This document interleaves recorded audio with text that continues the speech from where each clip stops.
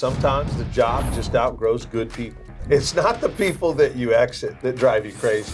It's the people you don't. And we see that in business all the time. We talk a lot about scale versus scaling, and scale is optimization. It's making sure that you're performing at a level where you know what those thresholds are. Correct. And scaling is being able to stomp on the accelerator and expand that very fast and be able to recreate that optimization effect. Repeat it. Repeat it over and over. Repeatability, yeah. And so let's just talk about a couple of these things. Like when someone's growing their business and they get over 125 million, they've got a blended team now of outsiders they've had to bring in to help them. They've got the inside team they've groomed up, probably have some gaps in understanding really what that scaling experience is going to look like. And they're trying to mash it together as a new leader, basically, with an opportunity to 10x their enterprise. Things such as succession planning, equity planning, the risk, the legal risk, being able to dominate the market, the HR requirements, moving from an HR department to maybe having a chief human resources officer and then having compliance in the business. All that complexity is going to be new to a business owner that was just striving to survive. Well, that's a good point, because if you're going to hire someone who has some scale experience in your business, chances are they're going to come from a bigger company. Chances are they're going to come from a company who had equity, who had incentives, and that gave them a piece of the action. So your ability to engineer that in your business, but do so in a thoughtful way, is a really important part of what we're going to talk to and sort of unpack for people to be able to get to that next level. Because it's areas that today you may be able to bring your team on board through bonuses and annual, stipends that you may have for having a good year. That's not enough, when you're scaling from 125 million to 500 million. Your ability to have the right equity plans, the incentive plans, the long-term profit sharing plans, or whatever they may be, those things really matter at a different level, bringing in new talent to top grade your folks. If you structure it wrong, you have an issue trying to claw some equity back to give to the people that are actually helping you, because the ones you gave equity to didn't help you. Yes. And you got all that complexity. If it's engineered incorrectly, it's highly problematic for the overall value of the enterprise. And if it's engineered correctly, they win when you win.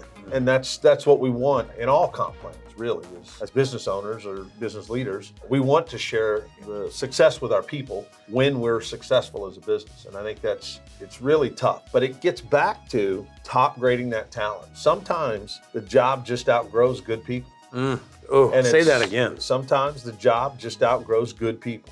Doesn't mean that they're not our friend. It doesn't mean that they aren't someone that we don't enjoy working with. It doesn't mean that they haven't contributed greatly to the business in the past. But the job going forward requires a different set of skills, a different set of capability, and it's one that we have to make a tough decision on to be able to help grow and cultivate and foster the business. A lot of business leaders will stick with some of the talent a little too long. And I always used to say, you never regret moving too fast on someone, but you generally always regret moving too slow on someone. That is 1,000% true.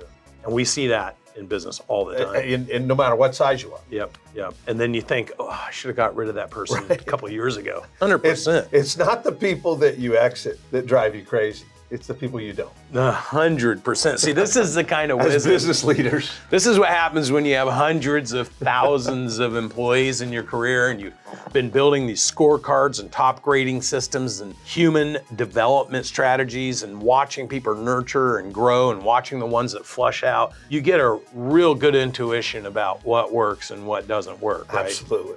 So listen, if you're listening to this and you're like, man, I struggle with my 1, 2, 10, 100 employees, 1,000 employees, what is the system to top grade? How do I align the people that come out at the top of the grading system? And how do I propel and duplicate those people within the organization and systematize around them is the thing that's going to propel you to $1 billion.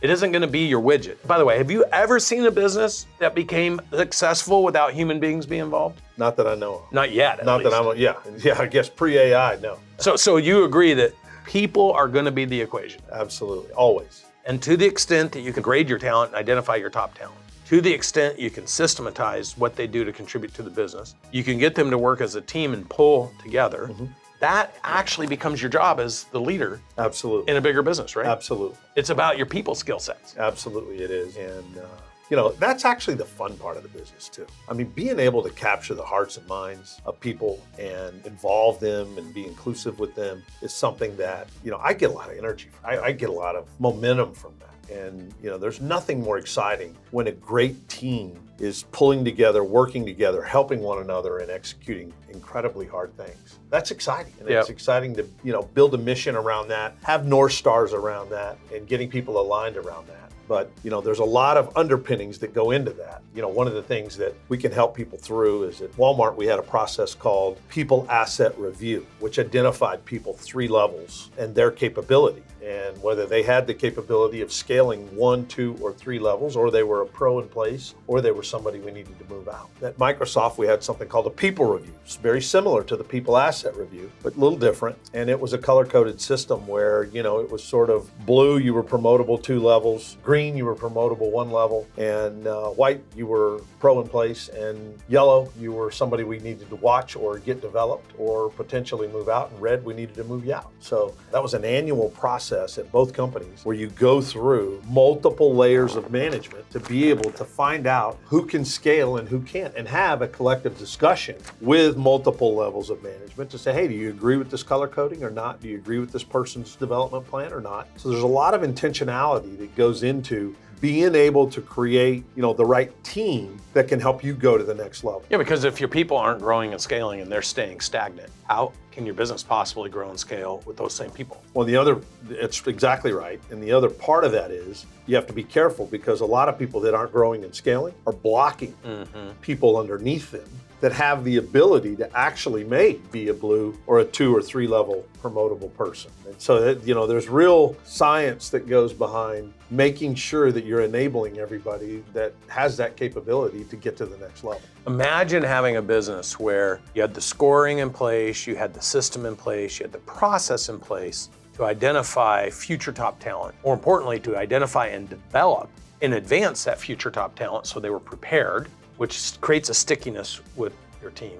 And then as you're elevating your business, you're able to slot your best people into the best positions that had both the cultural alignment, because they've been there for a while, they've been nurtured, they've been developed, they're seeing upward mobility, and they're enthusiastic about the next evolution of career, versus what a lot of business owners have to do is go out and pluck somebody that they bring in that's got a dominant personality who thinks they're gonna solve somebody else's problem and is gonna try to leverage into that position. Absolutely. And you've seen that a lot too. I have. I've seen it, over and over again, unfortunately.